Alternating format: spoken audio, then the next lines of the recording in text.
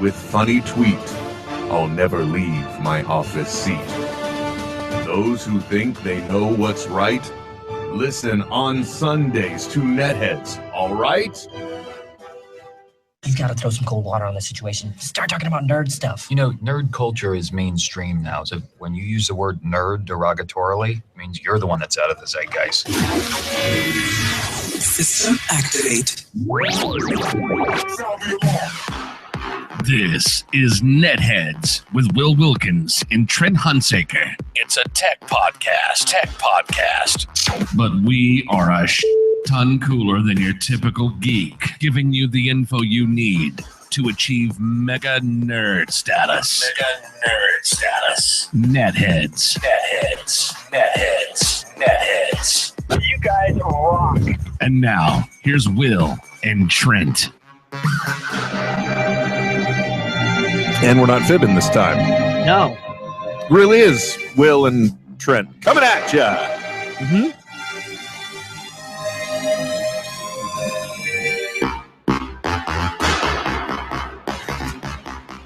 Honestly, this is my favorite thing about the fact that we do video. Yeah. And the fact that that bad mix of the outro is on, intro, because really what should be happening when you hear that, it dips down, and that should be the end of the sound file, but clearly wasn't paying attention to the video or the window I was editing in and didn't realize there was still more tail in there. Yeah. So it fades out, and then suddenly it comes back, but it's amazing. The part that amazes me is it does that right on the beat. Yeah. Anyway, welcome everybody. My name, it's another edition of NetHeads. My name's Will. I'm Trent. If you want to take part in the program, you can. One of many ways. One of them's Twitter. What is it, Trent? Well, you just use the hashtag NetHeads, and that's it. Game over. You can talk to me. You can talk to you. You can derail the show. You can manipulate it like the puppet master of old, and try and get the show talking about things you want. Yeah, you know, it's whatever you want. Also, what you can do, if you'd like, during the program live, while we're here live, if you are listening to the audio at smodcast.com/sir, you could be going to smodcast.com/live-video, I think it is, and you could watch us there as well as on the YouTubes. All of that will lead in to say when we're live, you can go ahead and use one of many different ways to also contact us. Easiest one, NetHeads on air via Skype. 866-610-9455 is the toll-free. 925-238-9020 if that gives you any challenge. And if you want to easily remember that, it's YakBet9020. Yeah. And that's how we do. So Trent, today is actually today I should be at a family barbecue right now. And I'm not because I do not feel well. And so naturally here I am podcasting with you. Yeah. No, I mean, when there's nothing I will. Yeah. I'm like chicken soup for the soul. I hope so, but it's not my soul that's having a problem. It's my gastrointestinal system. Well, I will. I'm like chicken soup for the anus. Okay, fair enough. Oh wow, the new every week now you're going to find that my camera angle is pretty stabilized, and now Trent's is extremely variable. This week it's really neat though, because when it cut over to you, I actually saw me on the screen. Yeah, I did that on purpose. I wanted to get like an infinity loop going on. There we are. It's like Trent. I don't know, but the boy's weird. He just keeps watching the big-headed one on his screen. Anyway, that's neat. You can give us a call if you want. And also, one of the things, Trent, that I missed, I listened to an old episode of our podcast. Uh-huh. And boy, did we used to be better. Really? I think so. In some ways. Is because we talk about butt stuff more. It might be. And by the way, I don't know if you still invoke butt stuff on Twitter. Does butt stuff 2016 still always favorite what you do? You know it. Okay. And I've seen, and I don't even know who or where this whole thing started, but I've seen some butt stuff 2016 bumper stickers tweeted at us. Oh man, that's crazy. Yeah. With a capital Z, if you will. So if anyone knows where I can get a butt stuff 2016 sticker, let me know, because I would happily partake. You know, Trent, if only there were some interconnected network, if you will, of computers that you could utilize in order to search out information. That's my party. I'm voting the butt stuff party. You may as well, given the choices, right? Yeah, but we here at NetHeads, we're kind of we try and be politic agnostic in a way. Yeah. The only thing we like to do is call out stupid shit. Agreed. And the only problem though is like if you want to call out the stupid shit that Donald Trump is doing, It's everything. how do you put a finger on it? Yeah. Right? Or in it. No, definitely not. Hashtag butt stuff. But I don't know. It's kind of an interesting situation. I think I read it. Actually, Trent, I'm going to be honest with you. Yeah. I tried to read a New York Times article. Oh boy. And the reason why I say I tried is because it was just too damn long. Yeah. If I were Huey Lewis in Back to the Future, I would have. I stood up partway through it with the megaphone and said, "Sorry, fellas. Hold on, fellas. Afraid you're just too darn long." Yeah. You're just too darn long. I tried. Also, something never heard in my life. I tried to read this article, and it was talking about the kind of the nightmare of the Trump campaign. Oh, yeah. And this specific instance was in reference to how he would handle the revealing of his vice presidential candidate that would be running for him with him on the ticket. Yeah. And sure enough, the interesting thing was, I think memos from way back in November of last year, the article seemed to intimate that the concern of him just going off and tweeting something on his own was a major concern, which is exactly what ended up happening. Yeah, and it's still happening. Yeah, I really think they should take the guy's Twitter account away from him. That's just me, but I mean, folks, I'm trying to say we're staying politically agnostic here, but I was trying to read this article, which seemed like a really good article. I'm starting to worry, Trent, that I'm just nowhere near intellectual at all now. I'm incapable of reading at this point. Why? Because I mean, the New York Times is like, that's one of the big four, right? Yeah. You got the New York Times, you got the Chicago Sun-Times, Los Angeles, and then San Francisco Chronicle. Those are the big ones, right? The four corners, yeah. Or do they consider San Francisco a joke? I don't know. Maybe. I don't know either. So anyway, it's supposed to be like one of these great sources for great articles, and I would expect to learn, but I just couldn't keep up with the article. And I think that's part of the reason why modern politics is failing, is because we're such a 140 character world now. Yeah. Oh yeah. Well, no one's got time for that shit. No one can sit down and read long form journalism. Not anymore. That's why what's the base minimum? 300. Okay, good. Yeah. 300 words. Yeah. It's true. Yeah, and I only I don't even know why I was bringing that up. I was trying to get through this article, and it seemed like a good article, and I just think the internet's making us dumber. Yeah. Well, it's an interesting thing. Bill Maher had a really interesting outro on his show the other day about how I believe it was in France, they just enacted a law where your employer cannot contact you on the weekend now. Oh, really? Yeah, like you can't they can't contact you, and you can't respond email and stuff. Like if you're not on company time, you can't be working company hours. And then he just kind of talked about how like we're through the internet and everything else, we've kind of sacrificed our lives into the rat race, to the point where like we don't have time to do anything. We go to the beach and we're clearing out our inbox.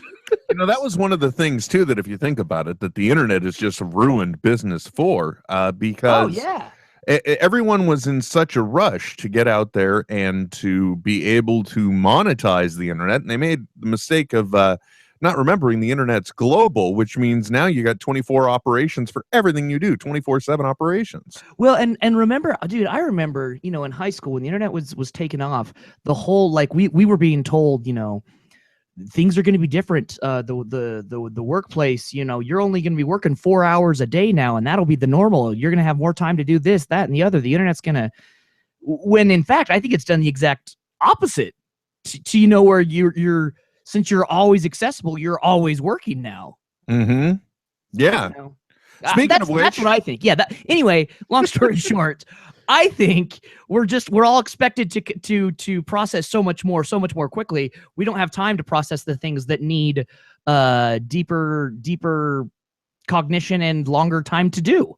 Consideration, because it's true. I mean, we've gotten to the point now where literally anytime anything of newsworthiness occurs, my wife will actually text me to verify if it's accurate or not. Yeah. Is this for reals? Yeah, exactly. Yep. And I'm not saying that my wife's doing anything wrong. What I'm saying though is that we've become such a quick news burst era that we have to second guess almost everything we're presented with. Well, and I feel like there's no repercussions either for those who just go off the handle and say whatever they want.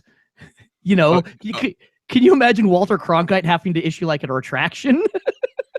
Or the president of the United States? Yeah, like you know, that's the thing that gets me about Trump, all the rhetoric aside, and the look, there's no polite way to say this without either offending the people that support Trump, which I don't really care.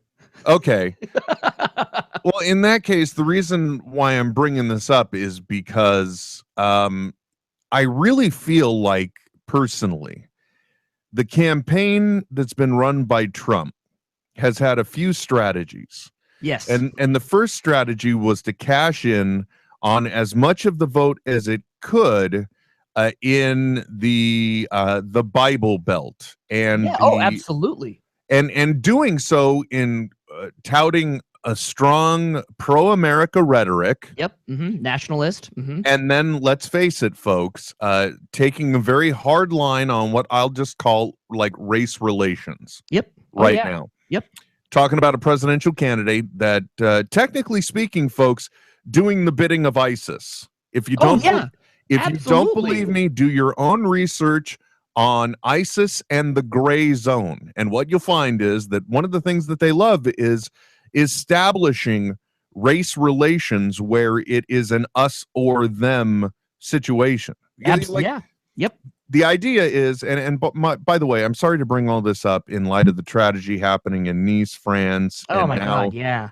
Our own country, where people are opening fire on law enforcement. Baton Rouge just had shootings today of police officers.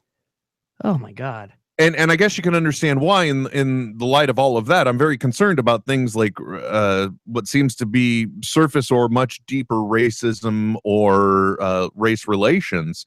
And in this case, the Trump campaign has really capitalized on, for example, not wanting to allow Muslims into the country.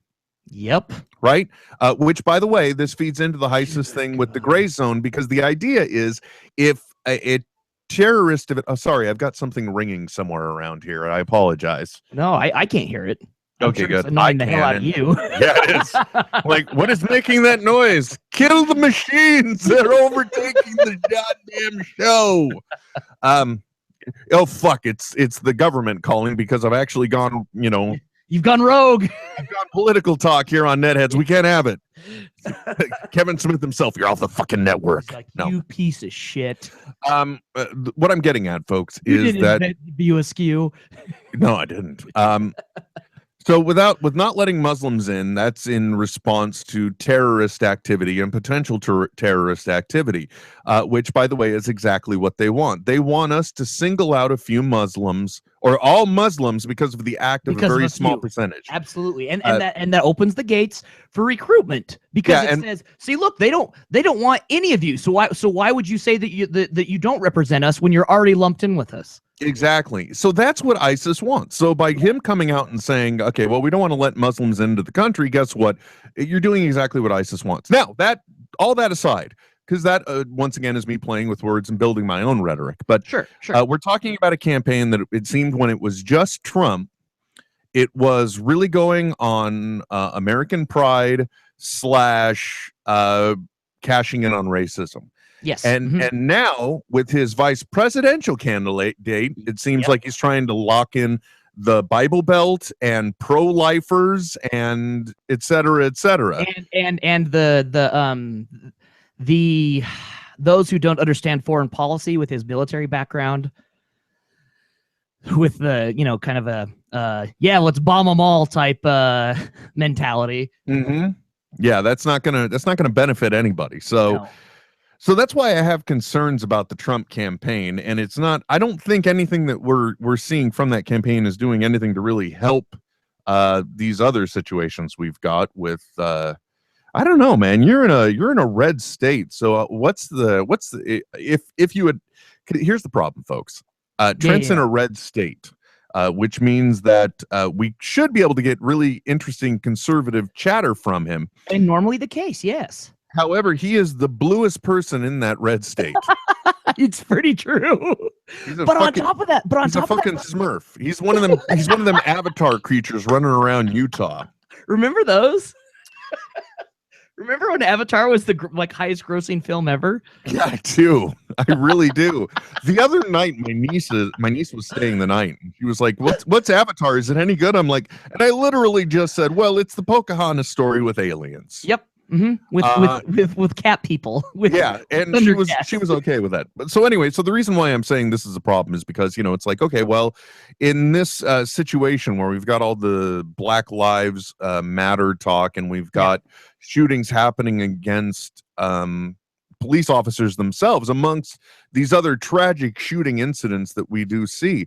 I was trying to get the Utah perspective on like gun control and the like, but asking Trent about this is kind of like going to a hippie to ask about conservative values. Hey, man. Yeah, buddy, it's okay, man. Well, the thing is, though, you can't not be part of the discussion when you're in Utah. But the interesting part about Utah is no one likes Trump here. That's one of the probably the only reason why Trent and I are still talking. Dude, it's so bizarre. I have still to this day, yet to meet anyone who is at least publicly voting for Trump. Publicly. I like the way you said it, publicly. That said, I've likely, in that same vein, very few people are publicly voting for Hillary. Yeah, that's true. That's a problem. I don't know what's going to happen. I think if the Green Party and the Libertarian Party had more exposure, I think places like Utah would gravitate, especially towards Gary Johnson in the Libertarian Party. But I mean, he's doing everything he can just to get me. Like he's publicly gone out and called and this just shows the shitty state of politics we're in right now. He's publicly issued a challenge to debate with Donald Trump, calling him a pussy, quote unquote. Like his direct verbiage is, "Yes, I believe he is a pussy, and I will call him a pussy to his face." Whoa, that was Gary Johnson of Utah? Yeah, no, not of Utah. He was the governor of New Mexico, but he's the Libertarian ticket candidate. But anyway, it's like that's what he's had to resort to now, just to try and get media attention. Is to call another candidate a pussy. Yeah, that's not very presidential. No, God, it's a shitstorm. I think the best way to describe it, this is my new favorite term, and once again, Jensen Karp letting me know all the things I need to know to be cool. If you haven't read his book, Kanye West Owes Me $300 and Other Amazing Stories, NetHeads on Air, click the link right there. Get the book, you'll enjoy it. That said, his reference to it was something happened during the week, something really bad. I can't remember what it was. And his direct answer was just that Twitter was just a real tire fire. Yeah. Just keeps burning black smoke and everywhere. Well, and that's kind of the state of the presidential election as well. Totally. It's a real tire fire. It's burning hot. It's gonna burn. The after effects of it are gonna burn for a long time. Everything coming out of it is toxic. We're all aware of it, and we all want to avoid it, but realistically, we know we can't. Yep. Yeah, it's that. I mean, that is spot on, man. It's so true. Yeah. So I don't know. I don't even understand. Oh, I know why. It's because I don't feel good. Why are we talking about downer, grouchy politics stuff? Because the old man in the room doesn't feel well. Yeah. And I don't want to talk about my joint problems and everything else. So instead, I'm going to actually, you know what, Trent? I'm kind of excited. One of the things that I've got to do today is finally lending me the opportunity to see. I'm hoping. Yeah. To see yoga hosters today. You're going to go see it? Hopefully. Well, a little more than that. San Francisco at Cobb's Comedy Club. I don't know if tickets are still available. If you go to smodcast.com or just go to csmod.com, that's the easiest way to say it.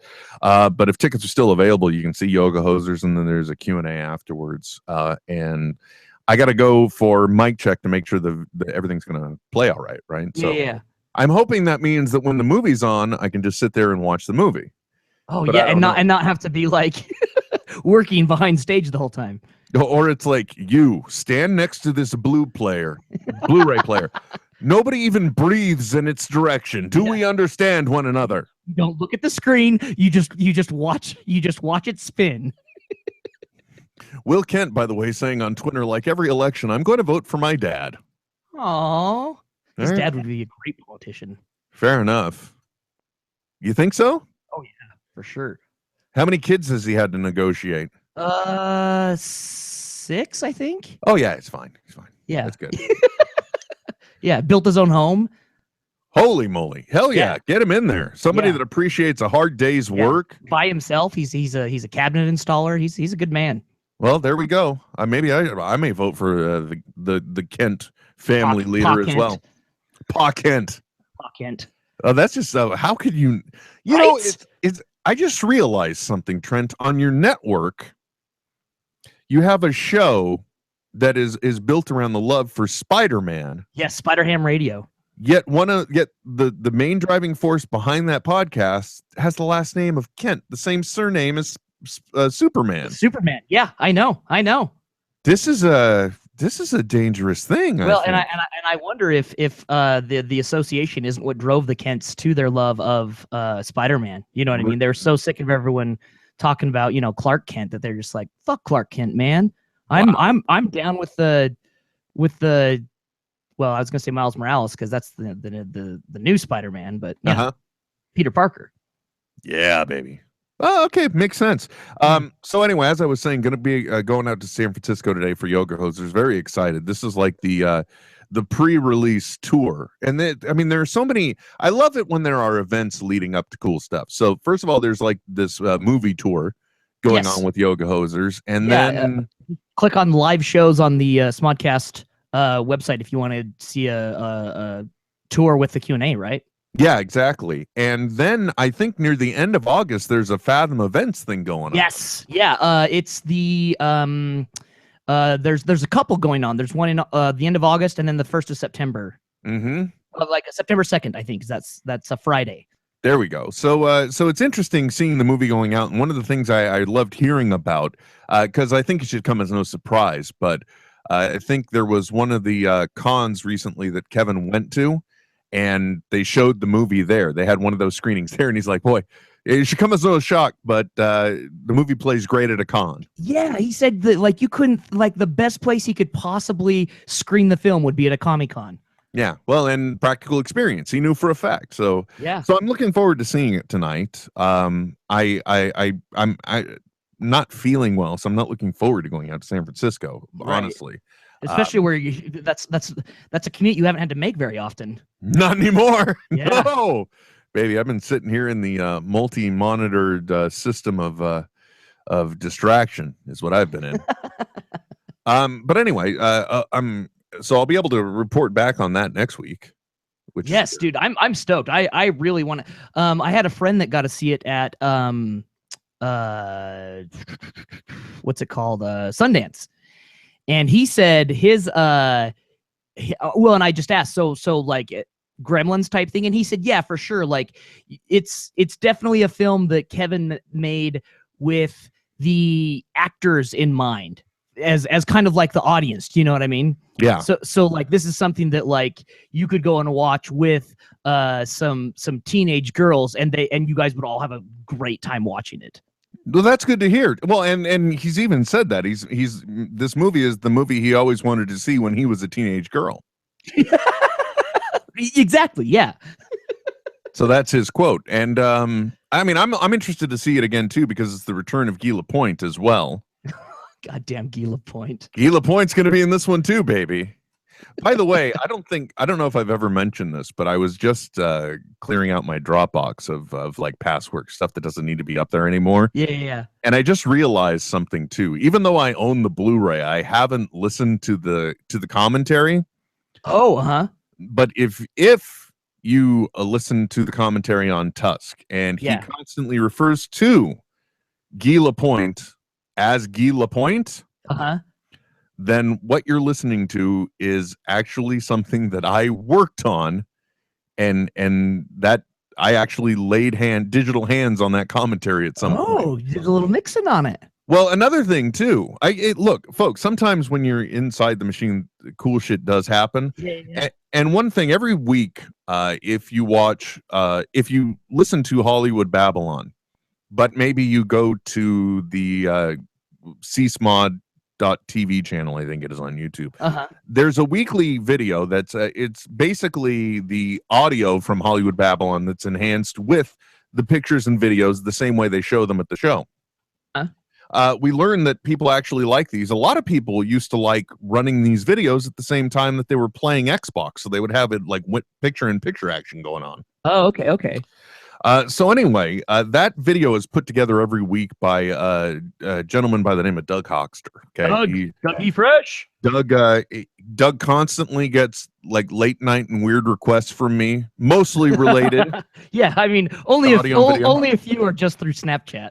Yeah, and so last week we had a change of protocol because it's interesting to see the way, I've said this before on the show, and this is where this is going. It's just interesting to see the way that social media has impacted and changed the way that people do things, and continues to change it as well. Case in point, one of the things that often happens with Hollywood Babylon, in case you have not noticed, Hollywood Babylon will drop on a Sunday night, Monday morning. Yes. By mid-Monday, select sites will have picked up on certain elements of the show. Yeah. They'll start to talk about it. By day 2, let's just say major media has grabbed onto it by then. So one of the things that happens from time to time is that they'll just want a sound bite of these elements. And a lot of people on YouTube, believe it or not, get a lot of decent traffic by taking those elements, isolating them, and make them their own video. Yep. So suddenly we got a request that I've never had before, but it's one of those things that's just like, why haven't we been doing this all along? Yeah. Oh, yeah, for sure. Kevin said, grab this audio and have it made into a clip that we'll put up on the channel, because people are going to do it anyway. So we might as well be the ones doing it. Now, here's the really cool thing, though. So Doug works on this, and the Hollywood Babylon video always gets decent traffic anyway. But these little side clips that we do, they don't necessarily garnish the same level of attention. That video clip has been played over 100,000 times now. And this is this the one from last week? Yeah. I mean, it may have passed 2 by now. Yeah. I don't even know how many, where is it at? Do you know? Do you have it in front of you? Look right now. No, let's not do that. But people don't want to be... I'm almost unnerved by now by how short your beard is. I know that sounds funny. Well, yeah, I trimmed it again. It was longer last week. Yeah, okay. So okay, good. It's not me. I'm not feeling well. I'm not paying attention. Yeah. So anyway, then I'm sure like other people do the same thing. They must have elements of the things they produce that may be noteworthy. So this is the review of Ghostbusters, right? Yeah, correct. We're just shy of 250,000. Holy shit! 250,000. See, and it. By the way, I got to tell you that the title of that video as well, very crafted. Sure. Because it literally only it has parts of all of the key points. Kevin Smith reviews new Ghostbusters. Yep. Boom, straight into the point. And look at all that traffic. Yep. Am I making a penny off it? No. I don't think anybody is, but that's not the point. Yeah, that's not the point. Yeah, the point is that it's people are getting it from the right source. Well, it also just goes to show that you don't realize, maybe in the beginning, the importance of some of the things you do. Like, for sure. That right there it's a few things. It's a news source clip. It's also a commercial for Hollywood Babylon. Yeah. that's actively running every time somebody pulls from it. So it's a lot of things. So it's like, well, then you got to look at your podcast that you're doing, right? Like, let's like NetHeads, for example. First of all, we're never consistent, so we're breaking rule number 1. We're never consistent with what we post, so we're breaking rule number 2. But rule number 3 is you've also got to appeal to the short attention span audience, same one that I complained about at the beginning of the show. Yeah. Why can't we have long form journalism? That I'm not part of. I'm the short attention span audience now. Yep. Which is no surprise. I used to watch short attention span theater. It all makes sense.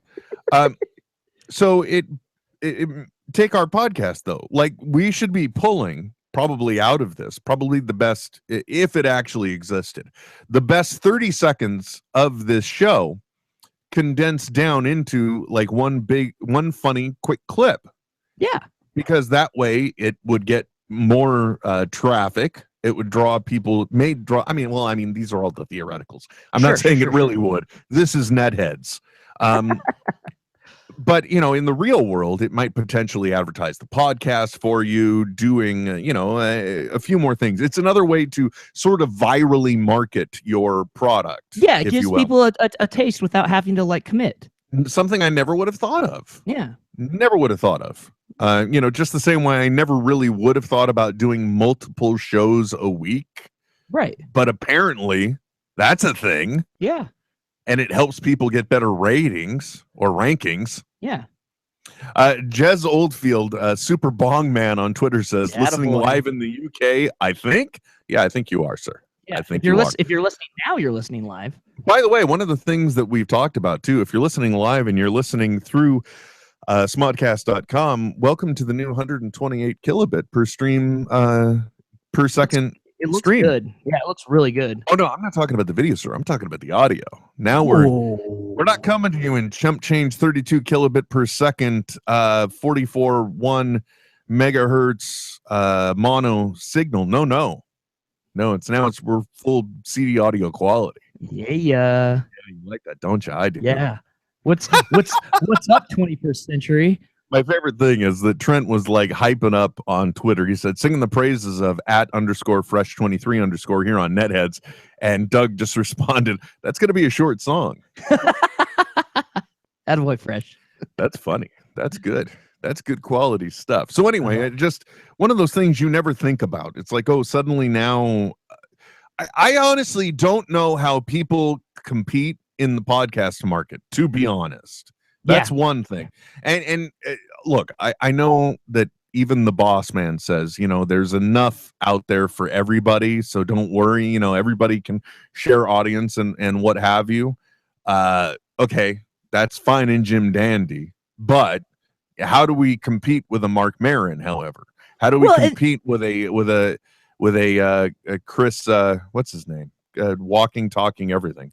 Yeah, well, and that's what my take on it is, you can't. I personally don't believe you can't get into podcasting for the money because it's not there. I mean, I've yet to see anyone aside from like 3 people who podcast professionally, and that's all they do. Yeah, exactly. Well, and I don't think definitely there's got to be a hook. You've got to have a hook. There's got to be some other external way to make money. Case in point, believe it or not, to a degree, Trent and I are professional podcasters. Technically speaking, well, I'm sorry. Do you? Well, you haven't seen one in a while, but do you not get paid to do this? Yeah. It's a tertiary form of income. Correct. Now, what I mean by that, in case, like, if you go to netheadsonair.com and click any one of the links, folks, I'm not gonna lie to you. Those are affiliate links. Anyone can sign up for them, okay? As long as you're approved by the system. And that part does take a little work. But what we do is, like, we drop those ads and we say the things. And then if you end up acting on those in the appropriate manner, we get compensated for that. It's called an affiliate link. It's a great thing. And it is one of the ways that you could make some money. You're not going to make a lot of money. Like Trent and I, right now, we don't see a lot. But the good news is we might be able to replace one piece of equipment a year off of what we make, right? Yeah. So, and that's a plus. Or, you could say, look, I'm making 25 cents an hour doing this podcast, so I'm getting paid. Yeah. There's some parts of the country that people, we've we got one affiliate place. There was I closed one bank account and I put in the information for the other, but I never confirmed like the deposit or whatever that they did. It was just money sitting there. I mean, Trent and I, we've had months where we're just like, okay, do we want to eat the ramen today or can we go another day? Yeah, or do I need to save that for an extra rainy day? Yeah, it's like, okay, I could eat the rest of this bowl of beans and rice, or I could put it in a Tupperware and I have something for tomorrow. You know, we've had these type of moments in our lives. Yeah. And it turns out we got money just sitting somewhere. That's always nice to find out, right? I know. I'm sorry, Trent. I apologize. But you know, I'll tell you, that's it. That is one of. But you cannot. You're right. You cannot get into this for the money. Especially, you got to do it for the love. Oh, for sure. And I think that conveys through to, I think, in audience stuff.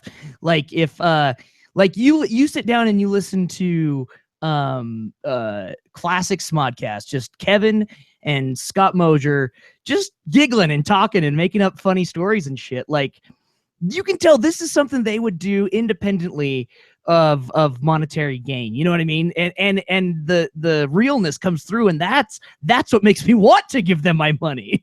Yeah, that is one of the reasons. Look, I although I am a person that gets to see behind the green curtain every once in a while. Sure. I too still enjoy this stuff. I'm still a fan. And if one of the advertisers just happens to be in line with something I need at that time, boom, I'll use it and I'll support them. Case in point, I got started on Blue Apron through Hollywood Babylon. Yeah. Right. And then I liked it. I enjoyed it. And that's why I signed up as an affiliate. And you go to NetHeadsOnAir.com. You can click one of those links.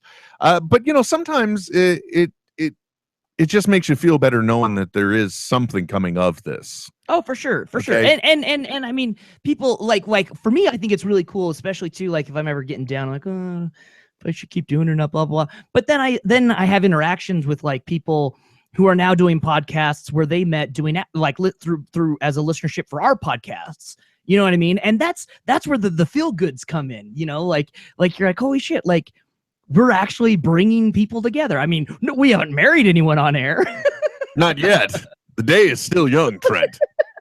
But it's just cool though to see like connections from Canada to Texas to Oakland to all these different places to North Carolina, and see all these people kind of like create this weird little family that you had just a small part in bringing them all together. That part for me is a huge payoff. I love that part. Why they got to be weird, Trent? I'm just saying. I like to. Why's the family got to be weird, Trent? I just like to say, not all families are traditional.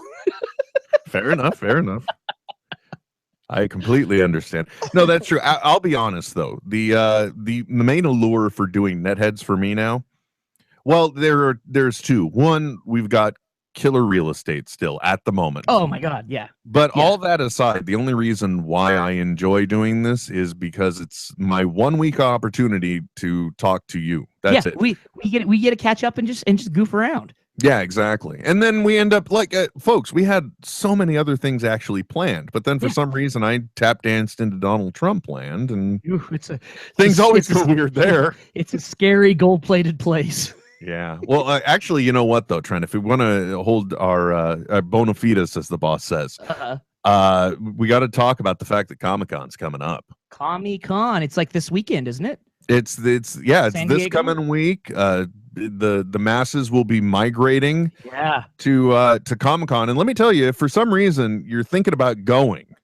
to Comic-Con, but you think, oh well, I don't want to dress up. I don't have the stuff to dress up. One of the most interesting things I saw on the internet came along this week, Trent. You know what that is? Butt stuff? Nope. It's up to 50% off on stuff from Think Geek. The old standby, Think Geek. Yeah, and they actually are. The sale is going on, I think, until the 19th, so you can still cash in on it if you're listening to this now. Just go to NetHeadsOnAir.com, click the Think Geek button. Now, the amazing thing about this is it's off of cosplay stuff and apparel. So if you've been looking for a discount on a nice pair of Jedi robes, Think Geek can hook you up. Yeah. If you were thinking, you know what, my Link costume is great, but I just can't get a hat that looks right. You need an elven hat. then ThinkGeek can hook you up.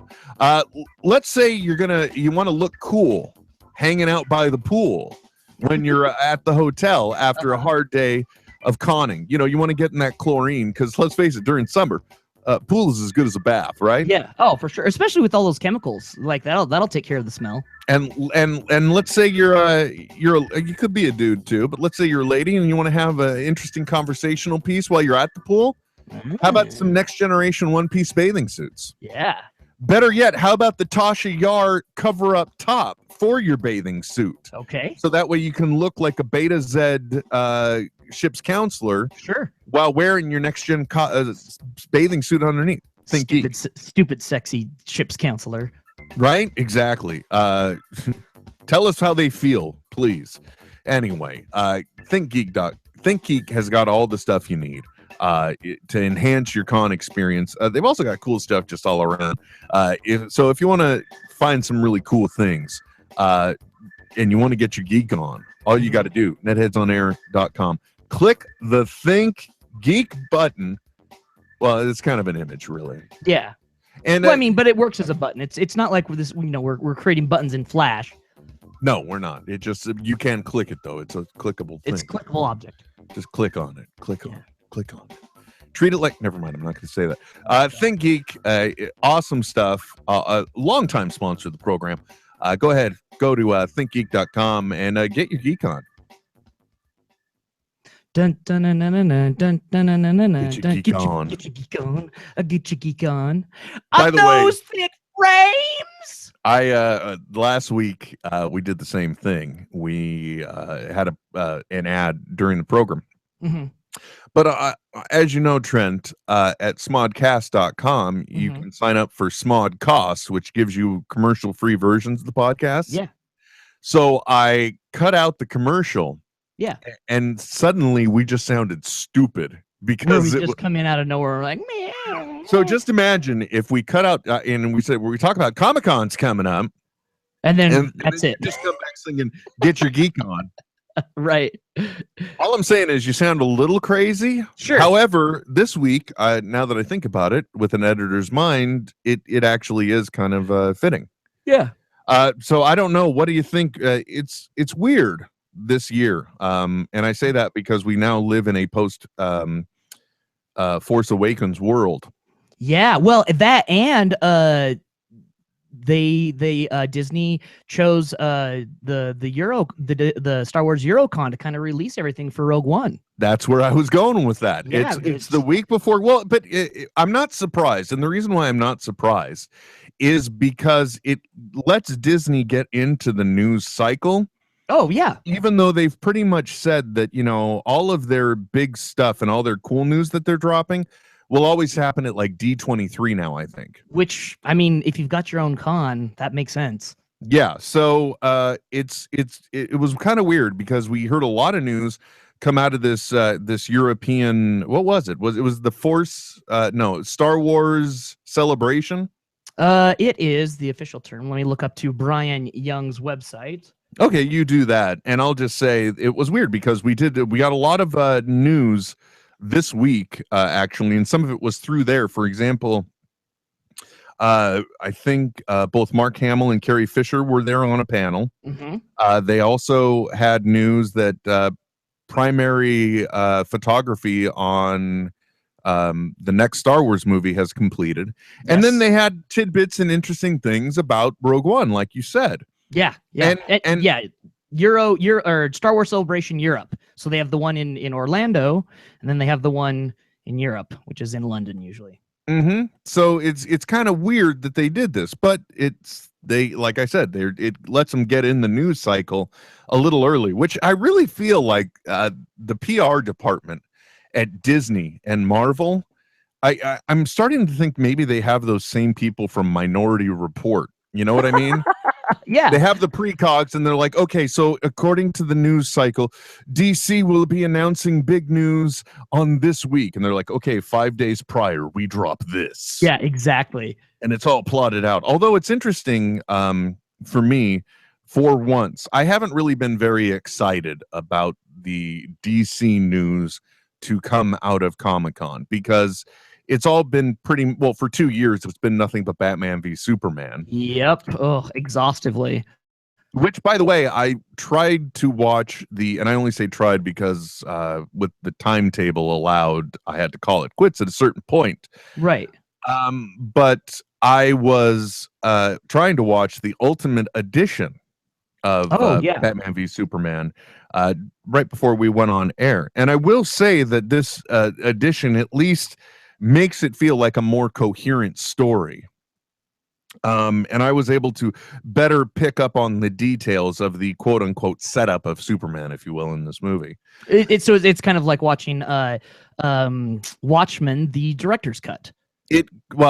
Big shock, right? Same dude. Yeah, exactly. That's what I'm saying. But no, what I would liken it to, I think, and I'm sorry to use the Affleck comparison again, but if you've ever seen the director's cut of the Daredevil movie, oh yeah, exactly. Yep. It's a much well, wait a minute though. Didn't you have a podcast where you guys watched it and made fun of it, or was that the original, not the director's cut? You know what? I don't remember which one we did. We definitely tore it apart though. Oh my God, you guys were brutal. Yeah. But if it was the director's cut, then I even silently wept because again, from a movie standpoint, it was at least better. It told a more coherent story than the theatrical cut. Right. And that's exactly what's happening here, and obviously what happened with Watchmen. There's at least a little more coherency to some of the behind the scenes things that had to have happened, and certain jumps of logic seem to make a little more sense. But all that said, I'm not here to review that movie. I'm just saying I'm interested to see what comes out of Comic-Con, because let's face it, after Man of Steel. Yep. And now after Batman v Superman, and now that Jeff Johns is semi in charge of the movies, where are we going to be at? What's going to come out of Comic-Con this year? Because we're already starting to get like set reports of a slightly happier universe. Right. So are they? What's this? I'm dying to see what the spin DC is going to try and present. Dude, if they want to, like, I personally think, and this is just my own weird comic book fanboy stuff, I think done correctly, they could introduce a Booster Gold character the same way that Marvel brought in the Guardians of the Galaxy to bring a fun action yet really comedy based character into the DCU. I would love to see something like that. I think we all would. And I think a lot of people have campaigned for whatchamacallit, Nathan Fillion as Booster Gold. Oh, who would be fantastic. Well, we've all seen what he did with Mr. Hammer, so yes, oh, for sure. And his voice work as Green Lantern was fantastic. It truly was. And it led to one of the funnier shorts that you can find on the internet where oh God, yes. Not Steven Weber, but the other guy from Wings. Yes. He was quite often the Superman cartoon voice of Superman is what I'm getting at. I get Tim something or other, I think. I can't remember. So he's having like a crisis, and his son calls for help, and he calls Nathan Fillion because he's locked in the bedroom and he's pretending to be Superman because he still wants to continue voicing the character and be the character. And then Nathan Fillion says, "All right, I've got this, but whatever you do, don't come in." Right, yeah. And then a couple minutes later, he opens the door, and they're both playing superhero. Yep. I think it was The Flash, wasn't it? The guy that did The Flash? No, I think it was. I don't remember. I remember the video though. It's hilarious because his son's outside, just like, oh God. Yeah, exactly. By the way, I got to tell you too. Twitter is just in an interesting place, and sometimes it amazes me what it reveals. Speaking of The Flash, my friend, have you noticed? And I'm not saying this to blow smoke up the boss's ass. Sure. But have you noticed?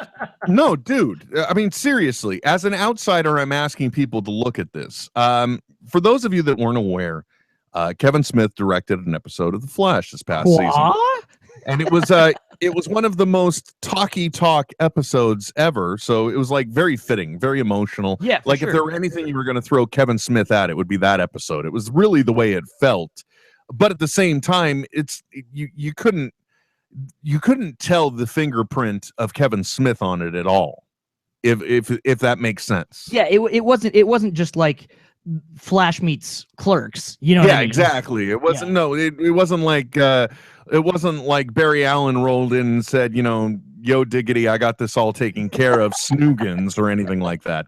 And then whoosh, gone. But the nice thing was, first of all, when the episode did air, it was nice to see that the CW cashed in on the event, as it were. They had plenty of press around it. He even guested on their little pre-show that they have on, I don't know if it's on the Seed or just the website, but there's like a pre-show before the show airs each week, which, by the way, is something I seriously never would have considered upon seeing that it advertised, because I'm like, why am I going to watch a bunch of people talk about a show before it airs? But then because they had the boss on, I watched it and I'm like, yeah, that was kind of fun. This is really good. Yeah. So it was nice to see them cash in on it. But then the season 2 disc set came out, and it's available on iTunes. And I'm not sure if it's an iTunes exclusive, but it's definitely on there. It's called what is it called? It's like called Chasing Flash: The Journey of Kevin Smith. Yes, And it's a big behind the scenes treatment for his episode. And I got to tell you, man, and like, even as a fan, where you're like, it's so nice to see this guy that we appreciate get appreciated. This is like a 45. It's a full episode length behind the scenes documentary, if you will. But it's also just like a gigantic love letter to Kevin Smith. Really? Yeah. I am not kidding. And then the reason why I say Twitter is funny, because that's how I found out about this. Because, I watched them, I recorded them, I haven't bought them. And then I found out about that special because, like, Kevin the CW originally tweeted it out. Yeah. And then I saw it, and then Kevin tweeted it. And then yesterday, the Flash himself, Grant Gustin, he had a tweet that said, didn't know this Chasing Flash, The Journey of Kevin Smith was a thing on iTunes in season 2. Best dude in the business. Damn, son. Again, folks, okay, well, let me put it this way. All right. Because I had a hand in producing the video clip that was the pull from Hollywood Babylon about the Ghostbusters review. Yeah. I was looking at the comments section. So when something like this comes along, where you see Kevin Smith, who you're a fan of, get appreciated, it's nice because, again, the term tire fire comes to mind, which is the reason why I bring this up. It's nice to see anyone, I think, that you like get recognized for doing something well. Yeah. And we don't find a lot of times in this lifetime now where people will do that, where people will stop and tell you, hey, great job. This was a wonderful experience. Thank you so much for enhancing our experience of this. And that's what this was. So, that said, Trent, again, I would not do this without speaking to you. So thank you for showing up on the other side every week. Dude, I'm here and I love you. Oh, shit. Did I just make it weird? No, not at all. Okay. Because you left out the queer. I'm here. Yeah. I'm queer and I love you. Well, I mean, not that there's anything wrong with that. Don't. No, I mean, I've just never found that right guy, I guess. I guess not. Well, speaking of the right guy, I've got to go put on some real clothing. You've got to go meet the right guy. Actually, no, I'm not. And I'll be honest. Honestly, just to make sure everybody understands the reality of things, I'm going to go to the venue. I'm going to make sure everything works. Yes. Right. I do not know if there will be any conversation with Kevin beforehand. Yeah, we don't know. I don't know if there will be any at all during or after, for that matter. Yeah. I just know I have certain objectives to achieve, and I've got to drive over an hour to go do them. You're a man with a certain set of skills. So I guess it's not so much that I've got a man to go visit. I have a video projector to go visit. Yeah. Go fall in love with that thing. So thank you very much for tuning in and listening. I don't know what this. Maybe we should just name this one Tire Fire. Yeah. Or I don't see why not. Or Butt Stuff 2016. I'm never never not happy with butt stuff. Well, in that case, thank you very much for tuning in. Thank you for listening. Until next time, my name is Will. I'm Trent. And you've been listening to another edition of NetHeads, brought to you, I don't know if it's proudly, but happily. Well, maybe not even that. From one little website. And what website is that, Trent? It's smodcast.com. Yeah, baby. This is NetHeads with Will Wilkins and Trent Hunsaker signing off. I know, right? But stop being a little Nancy and deal with it. NetHeads. We'll be back soon. Goodbye. This has been a production of Smodco Internet Radio. Sir, only at smodcast.com.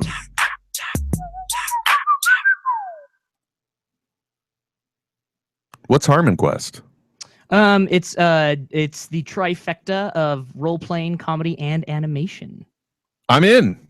Yeah. So it's like a D&D animated Dan Harmon adventure. You know what's interesting? Oh, I want to see that. Even more interesting is that Dan Harmon and Justin Roiland are, working partners on Rick and Morty, and it turns out one of Justin Roiland's passion projects, the thing he would do if nobody else paid him to do it, is he loves virtual reality.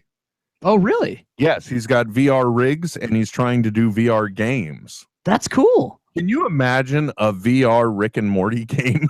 No, because that's the very first thing I think of. In fact, I saw something they're developing for Comic-Con. They're going to do a VR game. See, look, was it Rick and Morty? Yes, because you're in the garage, like picking things up off of the workbench. I wouldn't doubt it if it was Roiland that had a hand in it then. Yeah, literally, I think it's his hand. There you go. By the way, too, not a sponsor at all, but I'm sure if you listen to one of the other Smodco podcasts before the 19th, that they have a code. Loot Crate this week or this month has got something in there that's going to be Rick and Morty oriented. So, sorry, I don't like a T-shirt or action figures. Or? I don't know if it's going to be a T-shirt, a figure, or what. I don't know. Oh, sign me up. I'm hoping it's a T-shirt because I don't really have any Rick and Morty T-shirts. Yeah. I got in it. By the way, can I just tell you, for those that don't know, one day Trent put a bunch of his T-shirts up on eBay, and then in the weirdest move ever, I bought them. Now, that's not weird. No, I think the weirdest part is the realization I have on given days where I realize the same shirt that Trent wore across his chest is now across my wife's. Yeah. Ooh. Yeah. Wait. I mean. Yeah. Exactly. As long as you're cool with that, I'm just saying. Well, it kind of throws things off when I'm trying to when I am appreciating her attributes, if you will. Yeah. And then And then I think, oh, that's the same picture that's in Trent's profile pic on the San Jose. Jesus, Salt Lake Comic-Con. Yeah. Well, right. Just drink that in. Oh, believe me, I do. Every single ounce.